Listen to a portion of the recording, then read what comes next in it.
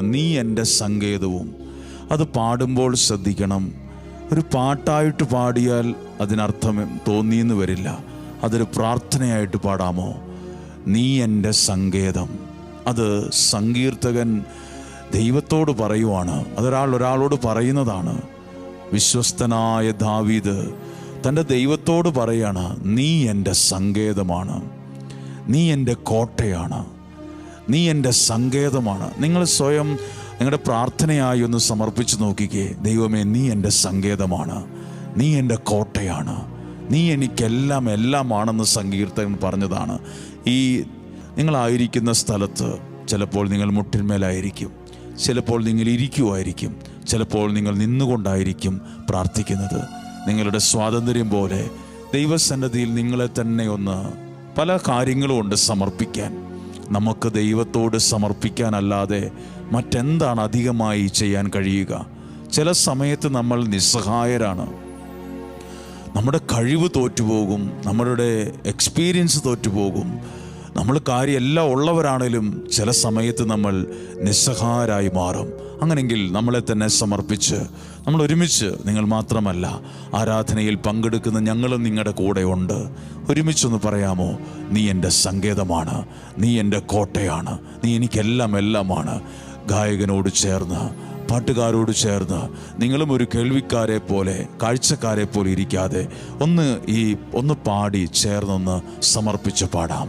നീ എൻ്റെ സങ്കേതം, നീ എൻ്റെ സങ്കേതവും, നീ എൻ്റെ കോട്ടയും, നീ എൻ്റെ കോട്ടയും. ഒന്നും കൂടി ഒരിക്കൽ കൂടി ഒന്ന് പറയാമോ? നീ എൻ്റെ സങ്കേതവും, വിശ്വസിക്കുന്നു. നീ എൻ്റെ കോട്ടയും, പിന്നെയോ നീ എൻ്റെ പ്രാണനാഥൻ, നീ എൻ്റെ ദൈവം, നീ എൻ ദൈവം, നീ എൻ്റെ പ്രാണനാഥൻ. ആരാധിക്കും ഞാൻ പൂർണ്ണ ഹൃദയമോടെ, തേടും നിൻമുഖം ജീവകാലമെല്ലാം, സേവിച്ചിടും ഞാനെൻ സർവവുമാ. പറയാമോ? അടിയനിതാ, എല്ലാം സമർപ്പിച്ച് അടിയനിതാ ഈശോ, പ്രാർത്ഥിച്ചുകൊണ്ട് അടിയനിതാ ഈശോ, പാടിക്കേ. അടിയനിതാ ഈശോ, അടിയനിതാ. പ്രിയപ്പെട്ടവരെ, നമ്മൾ ഈ 2-ാം ദിവസത്തെ ഈ ആരാധനയിൽ നിങ്ങളുടെ എല്ലാ നിയോഗങ്ങളും പേര് പറഞ്ഞ് പ്രാർത്ഥിക്കണമെന്ന് ആവശ്യപ്പെട്ട നിയോഗങ്ങളുണ്ട്, ആവശ്യങ്ങളുണ്ട്. എല്ലാം ഈ പരിശുദ്ധ കുർബാനയിലേക്ക്, ഇന്നും ജീവിക്കുന്ന ദൈവത്തിലേക്ക് ഒന്ന് കൊടുക്കുക. നമ്മളിപ്പോൾ ആയിരിക്കുന്നത് ഒരു കല്ലിൻ്റെയോ ഒരു തടിയുടെയോ മുമ്പിലല്ല, ഇന്നും ജീവിക്കുന്ന ദൈവത്തിൻ്റെ മുമ്പിലാണ്. ഇന്നും ജീവിക്കുന്ന ദൈവത്തിന് നിങ്ങളെ അറിയാം. ഈ 2-ാം ദിവസം നമ്മൾ കേട്ടത് പരിശുദ്ധ അമ്മയിൽ വന്ന് നിറഞ്ഞ പരിശുദ്ധാത്മാവിനെ കുറിച്ചാണ്. പരിശുദ്ധാത്മാവ്, ആത്മാവാം ദൈവമേ വരണമേ എന്നൊരു പാട്ടുണ്ട്. അതൊക്കെ പാടുന്നതിന് മുമ്പ് ഈ വചനം ഒന്ന് കേൾക്കാം. ഇന്ന് കേട്ട വചനത്തിലൂടെ നിങ്ങളുടെ നിയോഗം 33 ദിവസവും പ്രാർത്ഥിക്കണമെന്ന് ആവശ്യപ്പെടുന്ന, ആഗ്രഹിച്ച ഓരോ ചെറുതും വലുതുമായ ആവശ്യങ്ങൾ എല്ലാം ഈ പരിശുദ്ധ കുർബാനയിലേക്ക് ഇപ്പോൾ കൊടുത്ത് ദൈവത്തെ ഒന്ന് സ്തുതിച്ച് പ്രാർത്ഥിക്കാൻ പോവുകയാണ്. പ്രിയപ്പെട്ടവർ, സ്തുതിക്കുമ്പോൾ അതൊരു ഒച്ചയോ ഒരു ബഹളം ഉണ്ടാക്കലോ ഒരു കാട്ടിക്കൂട്ടലോ ഒന്നുമല്ല. അത് ഹൃദയത്തിൽ നിന്നൊരു ഭക്തൻ ദൈവത്തെ സ്തുതിക്കുന്നതാണ്. അതൊരു വലിയ പ്രാർത്ഥനയാണ്. കാരണം പൗലോസും ശീലാസും കീർത്തനം പാടി സ്തുതിച്ചത് ഒരു ചാപ്പലിലോ പള്ളിക്കകത്തോ ഇരുന്നല്ല, ജയിലിൽ കിടന്നുകൊണ്ടാണ്. ആ ലിമിറ്റഡ് സാഹചര്യത്തിൽ നിന്ന് അവർക്ക് അതേ അന്നേരം പറ്റുള്ളായിരുന്നു. അവർ പാട്ടുപാടി സ്തുതിച്ചു. എന്തു സംഭവിച്ചു? ചെങ്ങലകൾ അഴിഞ്ഞു, എല്ലാ പ്രതിസന്ധികളും മാറി. ഒന്നേ അവർ ചെയ്തുള്ളൂ, അവർ പാട്ടുപാടി സ്തുതിച്ചു.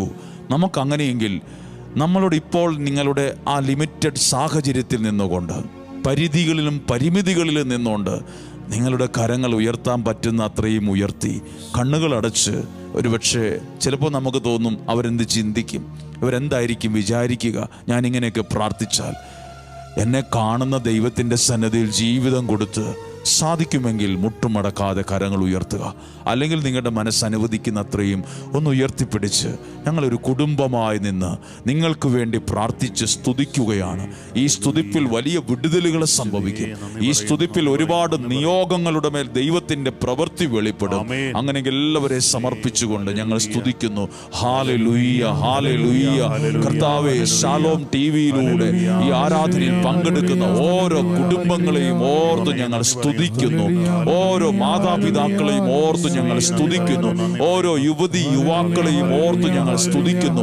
ഈ ആരാധനയിൽ പങ്കെടുക്കുന്ന എല്ലാ പ്രിയപ്പെട്ടവരെയും ഷാലോം കുടുംബത്തോട് ചേർന്ന് പ്രാർത്ഥിക്കുന്ന ഓരോ വ്യക്തികളെയും, ഓരോ സാഹചര്യങ്ങളെയും, ഓരോ നിയോഗങ്ങളെയും സമർപ്പിച്ചുകൊണ്ട് ഞങ്ങൾ സ്തുതിക്കുന്നു. Hallelujah, hallelujah.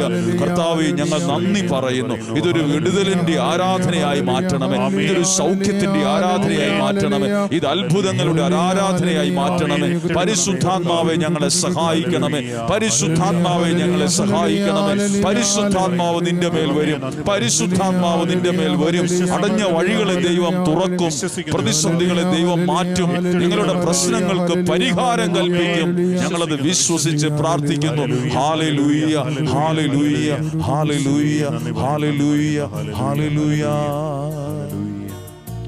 ചേർന്ന് പാടുകയാണ്, ചേർന്ന് പ്രാർത്ഥിക്കുകയാണ്.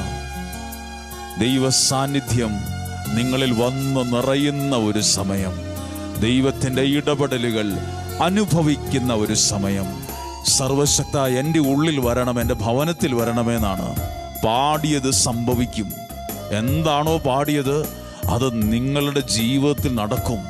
വിശ്വസിച്ചതിൻ്റെ അടുത്ത വരികൾ ചേർന്ന് പാട്ടുകൾ പാടുമ്പോൾ അതിൻ്റെ ഓരോ വാക്കുകളും അത് എഴുതിയത് ആരാണോ അത് ആരുടെയോ ഹൃദയത്തിൽ ദൈവം തോന്നിച്ച വാക്കുകളാണ്. ആ വാക്കുകളാണ് പ്രാർത്ഥനയുടെ രൂപത്തിൽ നമ്മൾ പാടുന്നത്. ചേർന്ന് പാടുകയാണ്. എഴുതി തന്ന ആയിരക്കണക്കിന് നിയോഗങ്ങളുണ്ട്. ലക്ഷക്കണക്കിന് കുടുംബങ്ങൾ ജപമാല സഖ്യത്തോട് ചേർന്നുകൊണ്ടിരിക്കുന്നു, പ്രാർത്ഥിക്കുന്നു. ഒരാളെ പോലും മാറ്റി നിർത്താതെയാണ് എല്ലാവരെയും വിശ്വാസത്തിൽ ആത്മാവിൽ ചേർത്ത് പിടിച്ചുകൊണ്ടാണ് ഈ ആരാധനയിൽ പ്രാർത്ഥിക്കുന്നത്. നമ്മൾ ഇന്ന് കേട്ട ദൈവവചനം എന്താണെന്നറിയാമോ? മറിയത്തിൻ്റെ ജീവിതത്തിൽ പരിശുദ്ധാത്മാവ് നിറഞ്ഞൊരു സമയത്തെക്കുറിച്ചാണ്. ദൂതൻ വന്നു പറഞ്ഞു, നീ പരിശുദ്ധാത്മാവിൽ നിറയും, ദൈവത്തിൻ്റെ ശക്തി വരും. അതിനിടയിൽ മറിയം ചോദിക്കുന്നൊരു ചോദ്യമുണ്ട്, ഇതെങ്ങനെ സംഭവിക്കും? ഞാൻ പുരുഷനെ അറിയുന്നില്ലല്ലോ, എന്തു ചെയ്യും? അതാണ് ആ ചോദ്യത്തിൻ്റെ ഒരു ഉത്തരം. ഒരു ചോദ്യത്തിൻ്റെ രീതി അതാണ്. എന്തു ചെയ്യും ഞാൻ? ഒരുപാട് പേര് ഈ ഒരു കാര്യം ചോദിക്കുന്നവരുണ്ട്. ഈ അവസ്ഥയിൽ ഞാൻ എന്തു ചെയ്യും? എന്തു ചെയ്യുമെന്ന് എനിക്കൊരു ഉത്തരവും കിട്ടുന്നില്ല. ഞാൻ ആലോചിച്ചിട്ട് ഒരാശയവും എൻ്റെ മനസ്സിലേക്ക് വരുന്നില്ല. അങ്ങനെയെങ്കിൽ നിന്നെ നോക്കി, നിന്റെ കുടുംബത്തെ നോക്കി സ്വർഗം തരുന്ന ഉത്തരമാണ്, പരിശുദ്ധാത്മാവ് നിന്റെ മേൽ വരും. അത്യുന്നതന്റെ ശക്തി നിന്റെ മേൽ ആവസിക്കും. അതാണ് നമുക്ക് ഉത്തരമില്ലാത്ത എല്ലാ വിഷയങ്ങൾക്കുമുള്ള ഒരു ഉത്തരം ആ സ്വർഗം തന്നത്. പരിശുദ്ധാത്മാവ് നിന്റെ മേൽ വരും. നമ്മളിന്ന് കേട്ട വചനമില്ലേ, അപ്പസ്തോല പ്രവർത്തനം 2-ാം അധ്യായത്തിൽ പരിശുദ്ധാത്മാവിന് വേണ്ടി നമ്മളിപ്പോൾ പാടിയ പാട്ടുകാരൻ പാടിയതുപോലെ ദാഹിച്ചു പ്രാർത്ഥിച്ചപ്പോൾ പരിശുദ്ധാത്മാവ് കൊടുങ്കാറ്റടിക്കുന്നത് പോലൊരു ശബ്ദമുണ്ടായി. വീട് തകർന്നു, മേൽക്കൂര പറന്നു, നാശനഷ്ടങ്ങളുണ്ടായി എന്നല്ല കേട്ടോ. ആ കാറ്റടിച്ചപ്പം ആ വീടിനെ അത് നിറച്ചു. ആ വീടിനെ ആ കാറ്റ് നിറച്ചു. നിങ്ങൾ എവിടെയെങ്കിലും കണ്ടിട്ടുണ്ടോ കൊടുങ്കാറ്റ് ഒരു വീടിനെ നിറയ്ക്കുന്നത്? അപ്പോൾ എന്താ ഇതിൻ്റെ അർത്ഥം?